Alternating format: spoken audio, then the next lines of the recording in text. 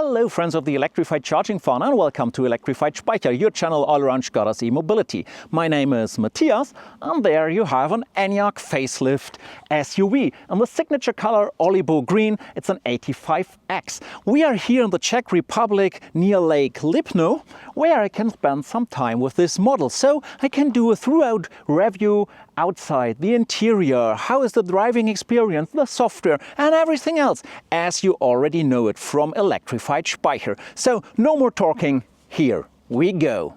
When you look at the exterior of the new ENYAQ Facelift and the olive green, this is a moment I have hoped for, because I saw that color in the studio and it was just dark and brown and dark.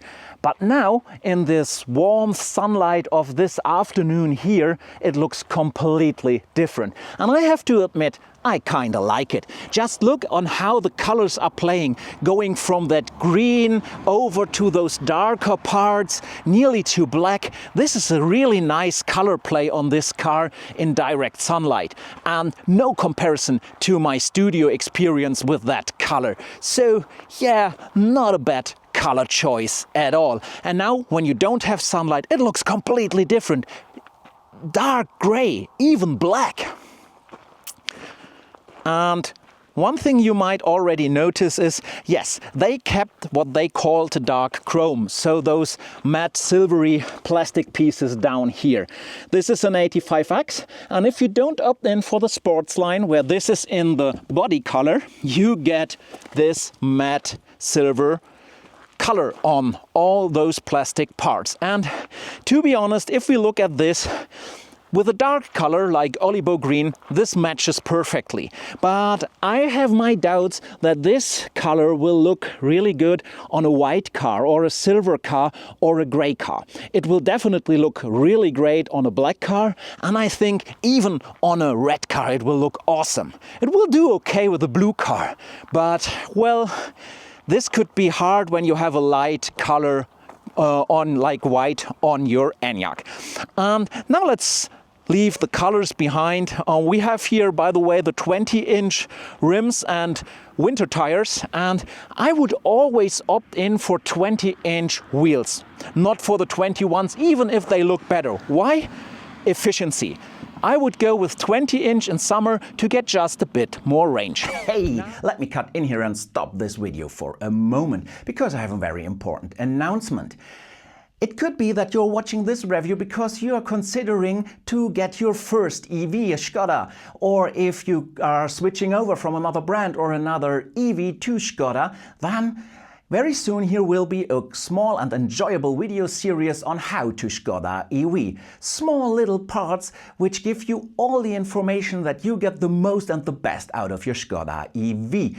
No matter if your dealer at the handover told you anything about the car or not, or no matter if you read the manual or not. And therefore this is right now the moment to hit that subscribe button so you do not miss out this small video series, and we can see each other there again. And now let's continue with the review. Now let's come to the changes of the facelift, shall we?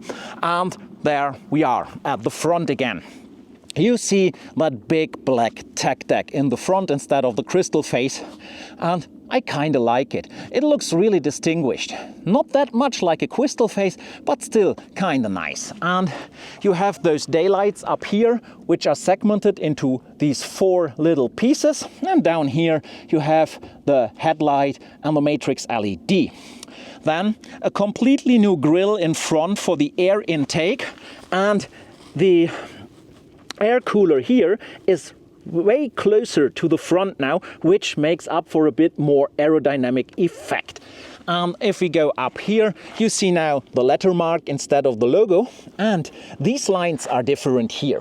In the old car, they form something I call a bit a hill. Here, they are perfectly even on this side and fall down here. You will see the distinguishable difference when I show you this car in comparison to my own RS, which has the crystal face, which is a pre-facelift. Of course, you find the matte parts also here. There's no more shiny chrome. This is no more shiny chrome up here. And when we come to the rear, well, basically, that's what we know from the ENYAQ. That's how an ENYAQ looks. And there's only one slight change here with the tail lights. You have the 4 segments here as well. In the pre-facelift you have one light band in here and one in here. And on the side, well, basically no changes at all. What you might have noticed is this little application here, which is simply a shiny black plastic piece. On some cars you have here something like Sportline or VRS, but this is just a simple 85X, and you do not have those little applications in here which forms like an air outlet, so simply shiny black. And this is the same with the antenna up there, it's also shiny black. And then you might ask, why is this still matte plastic? They had one job to do here, right? They should have painted it in that shiny, glossy black, but they opted in again for not doing it. That's a bit of a pity, but all in all, it's a really nice looking car. One benefit of arriving to such an event with your own car is that you can make a direct comparison from the Crystal Face ENYAQ, this is an RS model, to the Tech Deck ENYAQ, this is a Sportline. I have chosen the Sportline for the comparison because then the sides look even the same, because there it is painted in the body color, not in dark chrome. And yes, the difference is really distinguished. When you look at the front of both cars, you see a really unique face when you look to the Crystal Face front. Yet you see a way more modern front when you look to the Tech Deck front of the facelift. But it's not as distinguishable as the old one. Yes, you sacrifice a bit of uniqueness for a bit more modern design and a bit better aerodynamics. One of the biggest changes, of course, here you've got the logo, and there you've got the letter mark. And as soon as you move to the sides, you don't see any difference at all anymore, because simply there were no changes. So it looks the same. And if you go to the rear, well, no changes at all. This is the rear of the facelift, and this here is the rear of my RS. The only difference on the rear is here at the tail lights. Here you have a solid light band going all the way through, and on the ENYAQ Facelift, well, you have 4 segments here. That's the difference. And again, we can look side by side to the cars, and you see how much the same of an ENYAQ it is when you come to the facelift, and if we again move to the front, how much different it could be. It's time to talk about the boot or the trunk, and let's open it up. We have the automatic opening here. And one thing you might notice directly, you have this little lid up here, and then some combustion engine models like the new Superb, this drives a bit around half of its distance to make it easier to grab your luggage. In the ENYAQ, even in the facelift, it didn't do so, so you have to press. Of course, I brought my Frank from the Austrian manufacturer Frank AT, according to my community, one of the best accessories you can get, to test if this will fit into the motor compartment or not. But let's stay with the boot or the Frank for a moment. You don't see any big differences here compared to the pre-facelift ENYAQ. It's still the same 585 liters you get, and this should be measured without the transport package throw from the bottom here up to this little flap or lid. This is 585 liters. When you look at this, you've got the transport package here included, which allows you to level the floor. And if you want to know everything about the boot or the trunk, just watch my video on the comparison of the Elrock with the ENYAQ. You see my ENYAQ there, which is a pre-facelift, but since it's the same trunk, you get every detailed information you ever wanted to know or not about a boot. When you open up the transport package, you have this insert here where you can put stuff, as you can see it here. And this is about 6 centimeters high. Here is the net package, which you may use. And I always recommend, if you go with the transport package, you have this bag for, excuse this cleaning material, for the Type 2 charging cable. And this is packed in here. And when you drive, it does this. And to keep it in place, just take one out here from the nets, put it here, and this stays perfectly in place. So now down here you can see, when I get you a bit closer, the Canton sound system. The subwoofer is built inside this little compartment down here. There you go. This is the Canton subwoofer. If you don't have the Canton sound system, you have twice the space down here. But if you have the Canton sound system, you only have this little box here. But it is quite steep, as you can see. And you also get some simply clever features here in the back. You have these little hangers here, 2 on each side. There are 2, there are 2. And it depends on the package you took. You have the easy seat release here, and very important, that 12-volt outlet there. Because, as I already told you in the interior, there is no 230 volts outlet in the front. So if you want a fridge or something here, you will need this little outlet here, the 12-volt outlet. I've opened up the motor compartment or the engine compartment to see if that accessory frunk will fit in.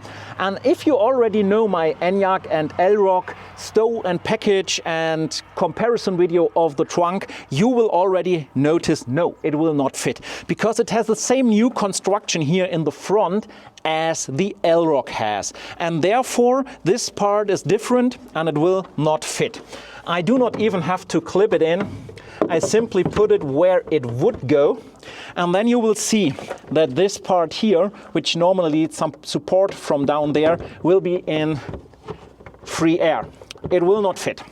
So you need to wait until they make a new frunk. But the good news is, it could be that if they design the frunk new for the L-Rock, the same frunk might match with the ENYAQ. But this one here is not for the facelift. Here at Lake Liebno, the sun already dawned there in the forest, which makes it a bit colder, but which is great for turning our eyes to the interior of the ENYAQ Facelift, because so we do not have any sun reflections anymore, even though it's a bit darker.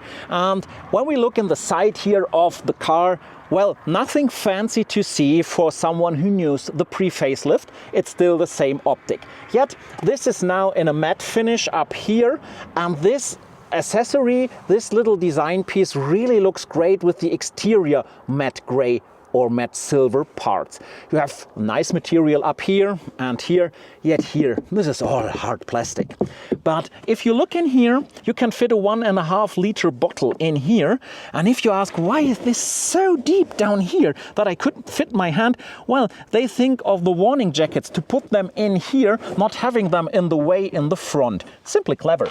But now let's turn our eyes into the interior. First to the seating. We have the design selection suite here. And this is the black leather here, and the stitching in this brownish gray. This looks really great. It really makes a real good look. And yes, that's a nice design selection. Now let's have a seat. And if you look at the steering wheel, we've got the leather mark again instead of a logo. Everything in matte, no more shiny glossy parts here, except this little piece down here. And this is the same here. This is all matte. And this is no more glossy. And it's really great they did this, because when you get sun through this big sunroof here, or through the side windows, there's a lot of reflection going on. And this will help reduce it massively. Also the application here again, it looks awesome. I like it. It's a really great design selection. I like it more than the Cognac one, but that's up to personal preference. And nothing fancy here. You have the big screen in the middle, the smaller screen in front of you, and the head-up display here with this little side protection here that you do not look directly into that monitor, and there your ENYAQ is awakened. Now let's look down here in the middle part. No more glossy finish here either. This is black matte, and this looks much better. And this again is no glossy styling here. And when we are already here, this is not new. This looks like in the pre-facelift. Down here, well, there are some changes. These two USB-C ports are now not 15 but 45 watts. Not each, but shared. So if you plug in one device, you get 45 watts, or you have to share it with the other port. And there you have the air-cooled compartment for charging your phone wirelessly. And well, to be honest, if you look into this interior, let's close the door for a moment. You feel that coziness you had with the pre-facelift. You feel like coming home. At least I do. I love that feeling in the ENYAQ. It's just really great to sit in it, and it engulfs you a little, not too much. So for example, here in the middle, when we look at the middle console, this goes up to here, and but not too high, and this a bit lower, but you feel like being in a living room. That is what I say when it comes to the ENYAQ. By the way, down here there are even more compartments to store stuff, and talking about compartments, maybe you don't know, even there they put one, let me show you, for charging cards or stuff like that. And back to the interior, I like it. And it really makes up to the ENYAQ. Maybe there was even no need for a lot of facelift measurements, but they did the right ones with changing the finish for less reflections and with coming up with new design selections that even looks nicer than the ones before. And well, one last thing for the height, I'm 1.74 m, so rather small guy. There's a plenty of headroom here, so if you're 1.90 m or even higher, you would probably have no problem sitting in here. You could even lower the seat. Now let's have a look at the back, and what changes do we find over there, and how does it feel to be a passenger in this car? And here we go. The back of the ENYAQ, the passenger seats, and again the same finishes as in the front, no big changes here. You have those sunset lids here, which are kind of practical, which are really handy if you need them. And now let's get in, see the design selection here on the rear seat. It's really well made. It really feels great. I like it. So let's hop in and have the passenger position here. Of course, I am just a 1.74 m, so I have so much leg room here. But even if the seat would be, let's say 10 or 15 centimeters more to the back, I would have no problem here at all. And when we are already here at the front seat, well, here you've got a compartment for some magazines or stuff like that. And this small compartment here, well, that is for your smartphone. And that is kind of handy because you can put it in here, and down here you could charge it because you got 2 additional USB-C ports. Again, 45 watts shared. But what you do not get is the 230 volts outlet here. We will talk about that in a brief moment. First, I want to address this little box down here. You can remove it if you need more space, maybe for a third passenger here, or put it back in here. And you can put plenty of stuff in here, and even you have some nice cup holders here. And there's a climatization for the rear seats. The same, by the way, for smartphone and magazines on the other side. Now let's do a quick talk about our 230 volt outlet. Let me turn out the lights. It's just touch. You simply have to put your finger on. No, less reflections. So it was not the best. It had 150 watts output because it was still connected to the 12 volt circuit, not the high voltage circuit. So yes, you had a 230 volt outlet, but with low current. But it was at least 150 watts. And if you have some powerful notebook, for example, a MacBook Pro, which likes to get 100 watts or something like that, that comes in quite handy if you work here on the rear seat and get driven. Or if you have a charging break and your notebook is low on power, you could plug it in there and charge and work.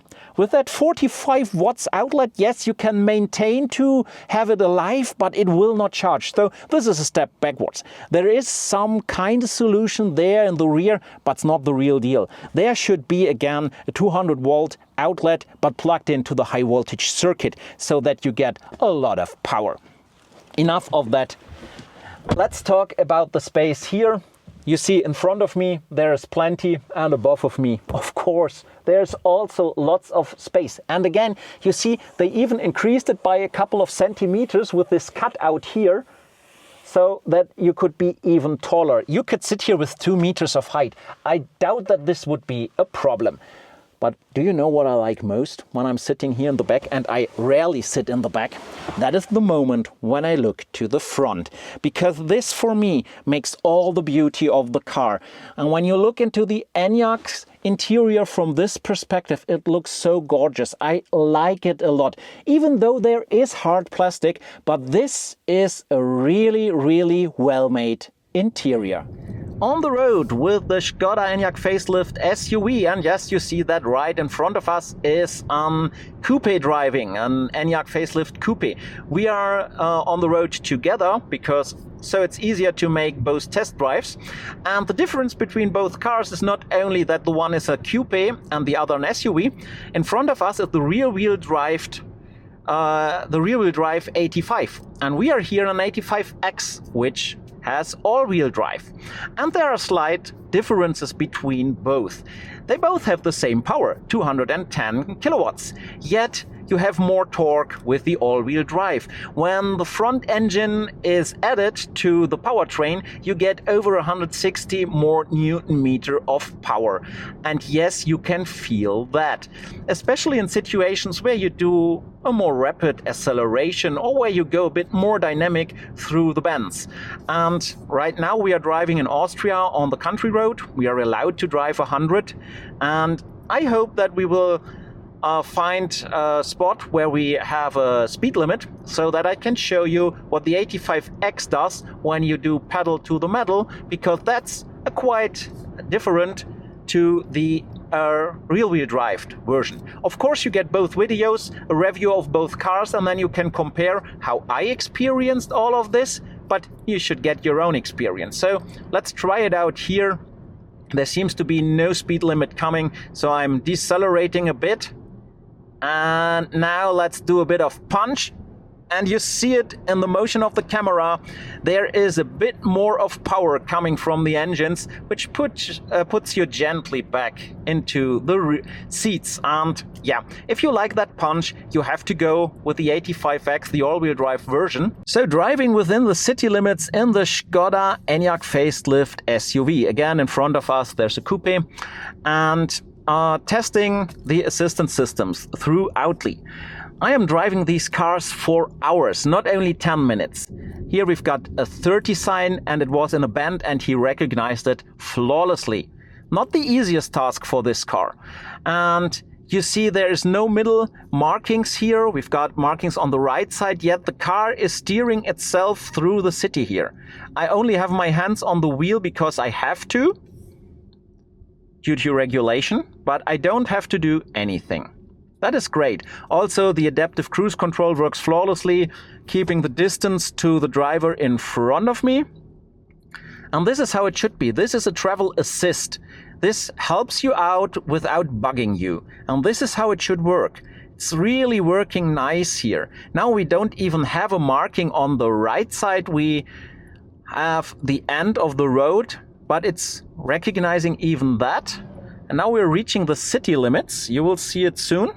There we are, and it's time to go back to 90 kilometers an hour. Let's see. And there is 90, and he's slowly accelerating due to the ACC, because the car in front of me is not driving that fast, and due to this bend here, which this ENYAQ doesn't want to go through too fast, and speeding up again. I have to do nothing here, only observing. Doing the task I'm forced to do due to regulations. And now he's got the markings on the left, the markings on the right. It's got the distance to the car in front of me, and I'm just watching the scenery here. It's so easy to drive. The software version 5.4 got hugely improved when it comes to driving this car. It's really great. The road sign recognition, the speed limit recognition, the lane assist, the ACC, which always works good, which was already good in the first ENYAQs, and of course the hand recognition on the steering wheel, because here I can put it in any position I like, keep it there, and there is no message telling me I should put my hands back on the steering wheel. There's a 70 sign, and it already got predicted. Now it's going down to 70. There's a 50 sign, it's already predicted. Now we're going down to 50. Works like charm. So yes, all in all, the assistant systems are working really well in the new ENYAQ Facelift. Look at this. This is one fine parking lot to test the DCC and whether you feel something or not when you switch between the modes. And I do not want to switch between modes here. I go to individual and I will now set it to whole comfort, completely to the left. Let's drive over this nice lot here. This is a lot of rumble, but it feels kind of comfy. I would even say more comfy than in my own ENYAQ pre-facelift. Yet, of course it's rubbling. But let's see what will happen when we switch the DCC completely over to Sport. Now let's do this. Sport. Give it a second and we go again. Oi. Whoa. Yes, I feel a difference. Normally I don't feel any difference when driving the DCC, to be honest, because in my car it feels in all modes the same. But here I have to admit, yes, it's not that comfy anymore. You feel way more rumbling in it. It's more direct, way more direct. Let's go back again. Yes, I would say now it's way more swinging, or I don't know how to pronounce it. Yes, you feel a bit of a difference. Not that much as you might expect, but at least I feel a difference. Normally I don't, but I'm not the best tester for something like this. One question I get quite a lot is, does the ENYAQ Facelift now has real one-pedal driving? So driving just with the driving pedal and come to a full stand. And the pre-facelift didn't do this. And let's see what this car will do. And here we go. I have the foot of the driving pedal. And no. There you see it. We are still driving with 4 to 5 kilometers an hour. Now I put pressure on the brake and we are standing here. So with no assistant systems activated in drive mode B, when you take the foot off the driving pedal, you do not get to a standstill. You still have to do a bit of brake. So this is not in the ENYAQ Facelift. If you have the assistant systems on, this is a whole different story. Yes, then it will react to cars in front of you, but no real one-pedal driving without assistant systems. Whilst I'm already here at that parking lot, I can do a test of the turning circle. Škoda itself states it's 10 meters and 80 centimeters, yet I think it's a bit smaller. Take into account that we have an 85X here, so all-wheel drive version with a front motor. So on the front axle there's the motor which leads to a wider turning circle than with the rear-wheel drive version. I measured that parking lot with my iPhone app measure tape, and it's not that reliable, but it should be around 15 meters in diameter here, this parking lot. And when I do a full turn with the ENYAQ, I measured 9 meter 80, so 1 meter less. Don't rely on it. The truth is somewhere between 9 meter 80 and 10 meter 80. But again, you see in the pictures how narrow that turning circle is. When we talk about the parking assistance systems, basically they are three. The first one is the park assistant for crosswise or parallel parking, both back and front, or for lengthways or alongside parking. You see it here in double speed so that it does not take so long. The second thing is memory parking, where the ENYAQ learns about 50 meters of a parkway to drive, as you can see here, and can park your car and again can leave the parking spot also as memory and saved as a position. In both methods you have to sit in the car. And the third domain is remote parking with the My Škoda app. And I recorded it, yet the footage is broken. I cannot edit this, there is no image. I'm so sorry that I cannot show you, and I'm really angry about that, but what shall I do? I have no option. Here you see how the car is getting out of the parking spot with memory parking. But I bet you can see remote parking on various other videos on YouTube. Now let's have a look at the light signature. You see the ENYAQ is closed, and now you get the leaving the car animation you see the headlight is on, the daylights are on and the illuminated crystal face, and this is how it looks when you leave the car behind. And if you open up the car again, it looks like this. Nothing fancy here. Now let's get into the car and I show you some more settings and some more light silhouettes. Now you have the basic headlights on. I turn on the poor weather lights now. Next for you, here you go.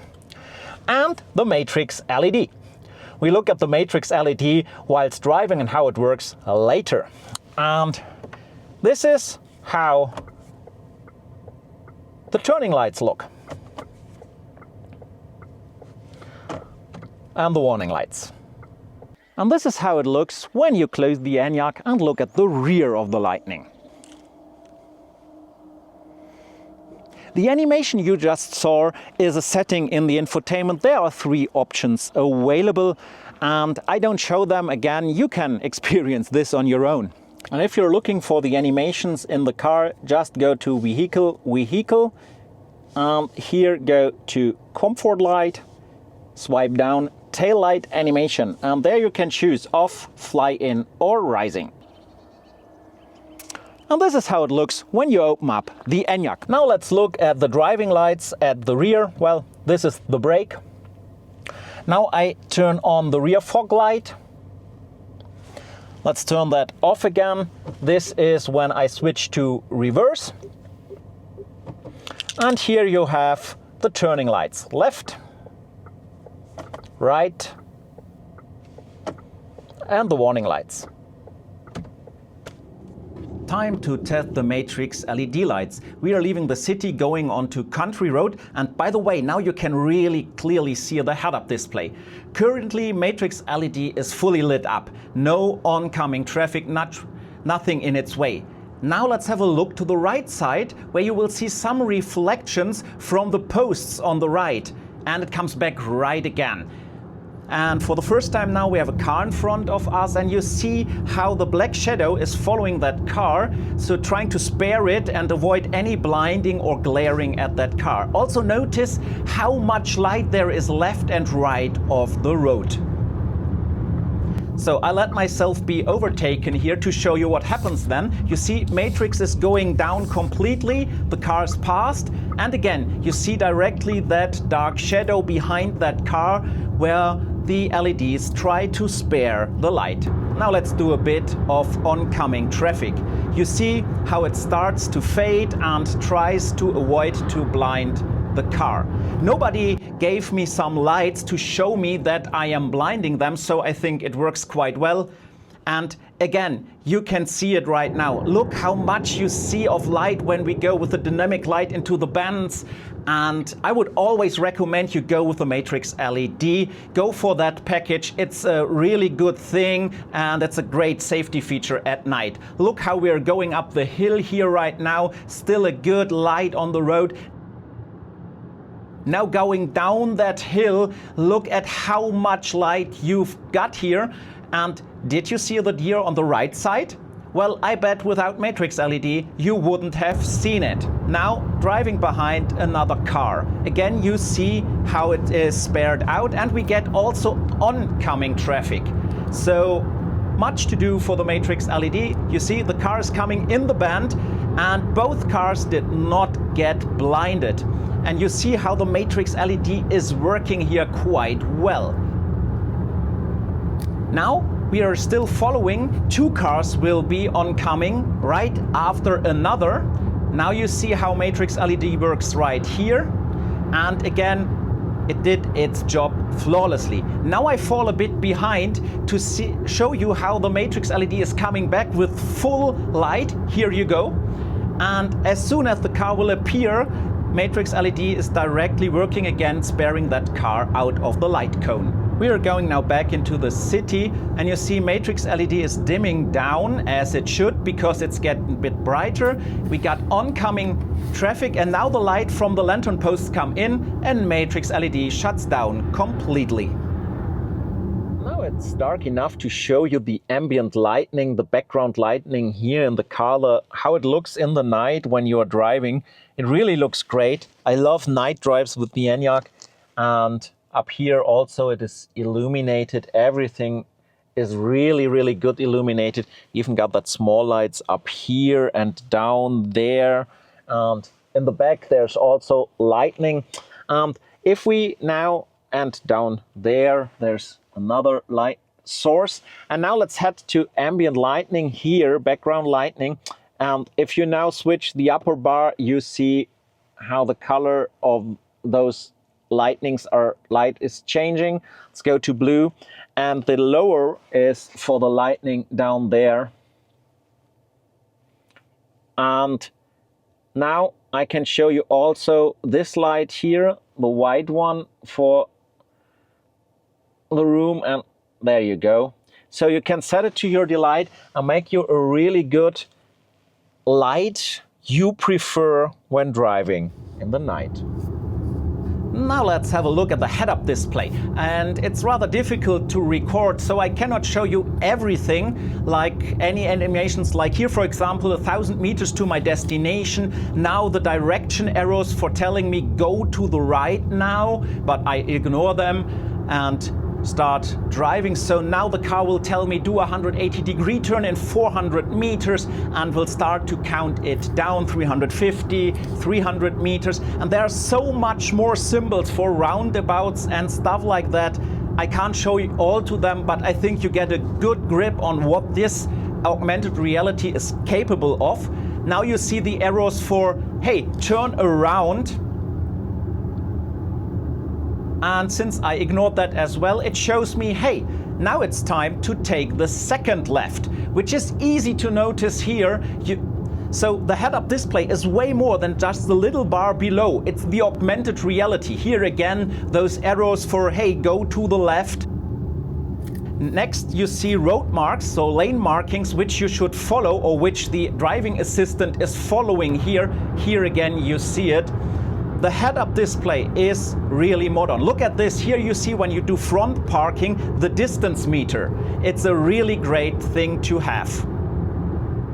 When we talk about the ENYAQ, we have to talk about the software in the ENYAQ.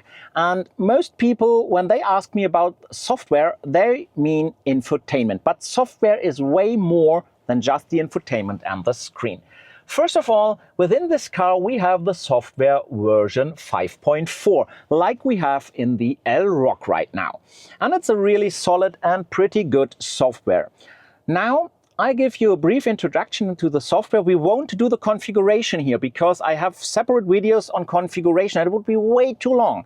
Also, we don't dig into every details. Again, it would be way too long for a review. Well, basically, you have an upper bar and a lower bar and this mid part here, which you can scroll to add new pages. In the upper bar, you have all which is related to the car. So you have the menu here for the vehicle settings, and you have your vehicle favorites. And down here, you have the apps, and you can put favorite apps to the bar. Here you get home. If you have the ventilated seats, the icons would be here beside the heated seats. And in the middle part, you put your widgets, which information you want. For example, the map and other stuff. And then there's another menu up here. You can scroll down to access brightness and to have direct access to even more favorites. I don't use that menu very often because you have to slide it down. These favorites are driving related. For example, the lane assist, like here, you can change them. You got way more, but we are not talking about how to configure it or for getting reminded when you drive too fast and stuff like that. And down here, the apps, there would be Apple CarPlay or Android Auto if you need it, and so on. And now let's dive into something you do not regularly see here on the display, and that are your assistant systems, because you can access them with the button down here. Of course, you can access them up here when you go to the assistant systems. You have another view. I don't like that view. I'm working with the list. And here are all your assistant systems the car has. So many assistant systems. And for everyone, you got settings. Settings of whatever you prefer to have. You can customize your ENYAQ to the utmost I can think of. And there are so many options. They are all explained in different videos. So this is something you set in the infotainment, but which works with the car, and you don't see that very often. And it doesn't stop there. You have way more configuration options here. Vehicle, vehicle, and then you can see what you can configure here. And behind every button is another menu. See here. So you can customize this car. This is really great. And again, for example, here the head-up display. See just all the options here. And also what you can see is that it's quite a responsive system. There are no delays anymore. There is no problems in scrolling through screens, switching through screens, zooming out of the map, turning the map around, zooming back in, do whatever you want. This should be it for the general purpose. For me, it is important that we will focus on the EV-related functions in this video, because the EV-related functions is what distinguishes this system from every other combustion car's system. And when we talk about EV, we talk about charging. And the first thing you see here is how to charge the car to what limit. 80%, 100%, whatever you like. 50 is the lowest, by the way. But more important is this menu here, optimizing rapid charging. As of now, we have 70% SoC, therefore there's not that high charging capability, and we already reached the optimum rapid charging capability. If not, here would be a button for manually starting it. But you can do that manual. You can also do it automatically within the route planner. I'll show you in a second. So one very important thing the car has. So this is preheating, if I didn't mention it already.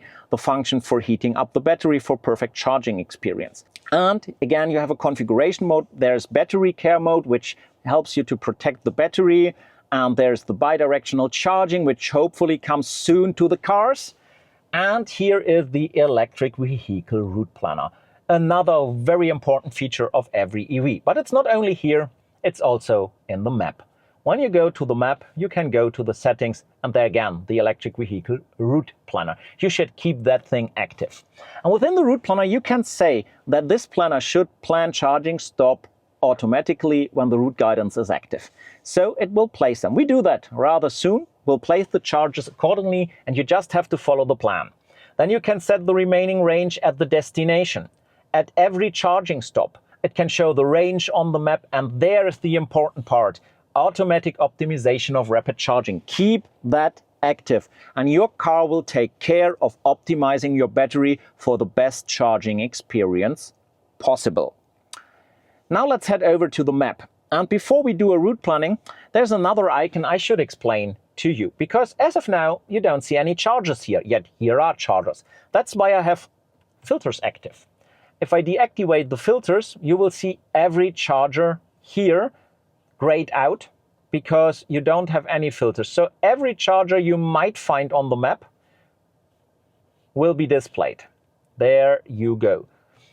If you set the filter to active over 100 kilowatts and not only Ionity, for example, you see I still got those chargers here, but when I head back to my location, the slow chargers are gone. But bear in mind, these filters only apply to the display, not to the route planning. So if you hit on Ionity here, you will only see Ionities on the map, yet the route planner will also plan other charging stations. And now let's do a route planning. I'm driving home from where I am now. Here, start, and you can see the speed. It's directly there. The route is directly planned. And here you go. You have 2 chargers planned. There you can see how long you would charge there. And if you tap on it, you even see it estimates that you will be there with 18% SoC, but you charge up to 76. And if you do not want that charger, you can say other charging locations. And now the filters apply. As you can see, only Ionities are here. And there's the charger he sends me to. Well, I think I'll take this Ionity there. So continue. And now it will take that into account. And you see what happens. It thinks I go to this Ionity, I want that. So it replanned the second stopover, and I am lucky. Again, it's an Ionity. And you can see, now I have different state of charges he wants to do there. And if I tap on a charger and show a map, You also see information about the chargers here. This is a really big Ionity station, as you can see. So route planning and charge planning works quite well. Unfortunately, you cannot do it with your preferred charging provider, as there is only a filter for Ionity and for PowerPass here. You don't have any other filters, and there is no way to make the charge planning take these chargers. Wait, I need that. You want. So unfortunately, this is something they have to optimize. And let me go to the maps and zoom out, and there is your range cloud. And you can see with the current state of charge, you will probably make it to every destination within that cloud. We might want to discuss another feature which is not EV related but important, and that is your voice assistant LoRa. LoRa is here. LoRa has its own setup. You can even set an own activation command or simply use those two up there. And also you have to activate LoRa, you have a button on the steering wheel. It's here. The icon with the mouse speaking.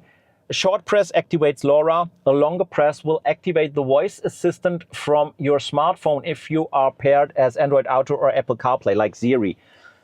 And here we go. I don't change anything. You even have settings here for LoRa. So many settings. And now let's do something with her and stop route guidance.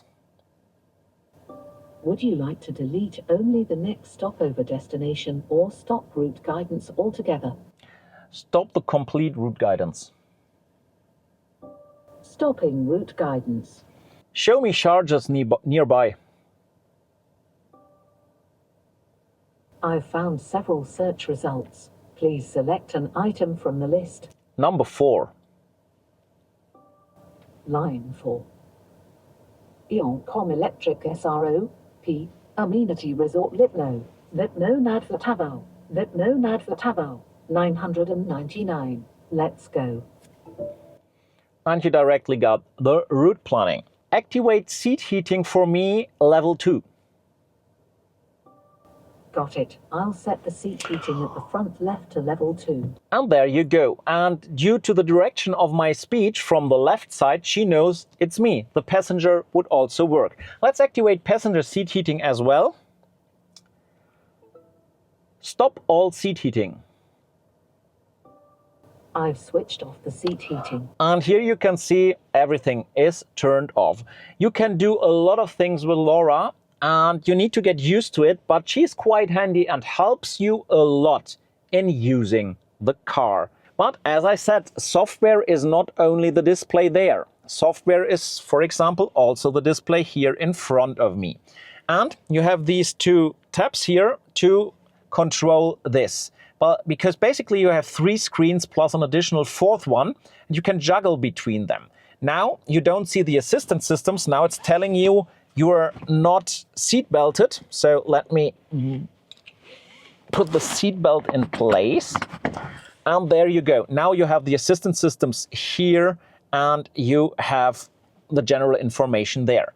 Now you have route guidance, which is not active on the right. Now you have a bigger route guidance on the right, and another press to the right will give you your driving statistics long-term since charging and since start. There's no more things to configure here. This is basically it. And one important last thing we will talk in this video about is entertainment.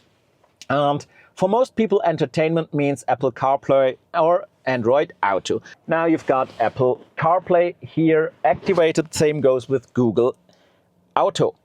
And you can use it, most people will use it for something like Spotify or whatnot. But there's one more important feature, and that is here the map. If you use the native map of your operating system, for me it is Apple Maps, not Google Maps. On Google you need Google Maps, and do the navigation here.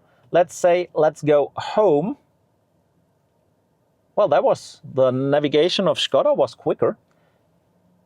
So now I have the route guidance in Apple CarPlay, but it is transferred over to the display here. See, navigation here is active. It's also in the head-up display. I don't know if you can see it right now. And that's a quite handy feature, although I can prove you no navigation active here. So this is another nice feature to use. Let's go back to entertainment. Another big part of entertainment is the radio function. And of course, you've got FM and digital radio here, but you also got, like here, and you can go through all your favorite radio stations. You can switch to internet radio. And internet radio here, for example, podcasts and other stuff like, I don't know, after shows, like How We Met Your Mother or whatsoever. I don't know what you are listening to, podcasts or other stations here. You don't need a data cubic or datacom or how it's called tariff for this. Don't buy these data packages. This is included in the streaming. And you get 3 years of streaming when you buy an ENYAQ. I'll show you here in the shop immediately. The shop will be in Czech language because it's loading the language of the country during registration and the car is registered in the Czech Republic. This one here, media streaming. If you've got this, you've got internet radio in your car. Don't go for these data cubic data package. I'm talking about media. Yes, the Canton sound system is a nice one. But if you really want hi-fi, you will need a third-party solution. And this should be it for software in this video. I guess it's even 15 minutes or more, but it gives you a brief overview about all the possibilities the ENYAQ has to offer. Before we now plug in for the charging test, let's do a quick chat about the charging port, because I guess for some people of you who are new to e-mobility, well, this is a new thing. And the first thing when you open it up is, this is the slow charging port or the AC port. The Type 2 cable will fit perfectly in here. And you can see I can grab in there. This is only for demonstration purposes. You don't have to do it, but this is not a problem. And when you open up this one here, well, don't let it fall down. Don't hang it over here and try to fiddle it like this. Just put it in here and it's perfectly in place. Now you have the DC port configuration and you can plug in your CCS charger to do a quick charge. Afterwards, please put that cap back on here and watch for the direction. I get asked quite a lot, can I charge when it's raining, when it's snowy, when it's wet inside, or when the charger, the plug is wet? Yes, you can. That is no problem at all. Just do it. And talking about snow and ice conditions, what could happen to you is that this little thing will freeze, and everything could freeze, so this too. No review would be complete without a charging test. I'm here with the SUV and we will plug in right now, and as you can see, I drove the SUV down to 10% and we have an optimized charging capability of the battery, 160 kilowatts. And now let's plug in and to see how long it takes to charge from 10 to 80%. Charging test is done. And yes, we started with 7%. We have to take that into account. See here, 7 to 80, over 60 kilowatt hours charged in 30 minutes. This would be 29 minutes if we would only have charged 10 to 80. But it is as it is, so 29 minutes for a 10 to 80, as with the coupe. You will see that in another video. So yeah, a minute more than the manufacturer states. So there you have it, a really exhaustive review of the new Škoda ENYAQ Facelift SUV in olive green, the signature color here, right behind us, shimmery shining in the afternoon Czech sun at Lake Lipno. And if I have to put a final verdict on what I've seen here, well, I have mixed feelings. Mixed feelings because I know where we are coming from. To be honest, let's say this, I was one of the first ENYAQ drivers. I got a software version 2 ENYAQ back in the days with all the problems. And now I see this. This is a well-rounded package. This is the ENYAQ as it should be. The software version 5.4 is working great. The assistant systems are working great. Yes, we had a minor flaw when charging, 1 minute more than needed, but this will be covered up in another video, and still a good charging performance, a good range, and really, really great equipment. For example, the ventilated seats are working really well. This is a fine electric car which does not have to fear any competition. But we also have to say it has its target audience, and it has another target audience than some Asian or Chinese cars or the big manufacturer from the US. So yes, you know what you're up to when you go to Škoda, and this really makes a good Škoda. If you like the new design or not, which is the biggest change when we talk about the facelift, because software version 5.4 is also in the last or the latest pre-facelift ENYAQs, well, this is up to you. Do you like the design or not? Well, you do not stand out of the crowd anymore like with a crystal face. You won't notice this as much as the crystal face in everyday traffic. And if this design is for you or not, or if some color like olive green is for you or not, or those matte chrome applications, well, you have to decide on your own. The only thing I say is, this is an EV to consider if you want a modern solid car, an everyday driver, which has a lot of benefits for you. Yes, and some minor flaws, as with every other product. So for me, a well-rounded package overall. And if you think that this video is a well-rounded package too, then please give it a thumbs up and consider to subscribe to the channel if you're not already subscribed, so you do not miss out any new ENYAQ Facelift content. And a big thanks to all of my supporters, especially also Škoda, for inviting me here to Lipno to do the recording of this car, which otherwise wouldn't be possible. And to all of you who helped me with the donation. I'm running the channels, or both channels, the German and the English one, full time, as it is so much work that I cannot do another job. Yet it doesn't make for a living right off now. So yes, Electrified Speicher and Speicher Elektrisiert is a kind of startup. So if you want to help me out as a startup and be some early investor, even though you get nothing in return but highly quality content, then maybe consider to give me a small donation via PayPal or via a bank transfer. I would be really happy about that. And then we see each other in the next quality content. And until then, stay full of energy.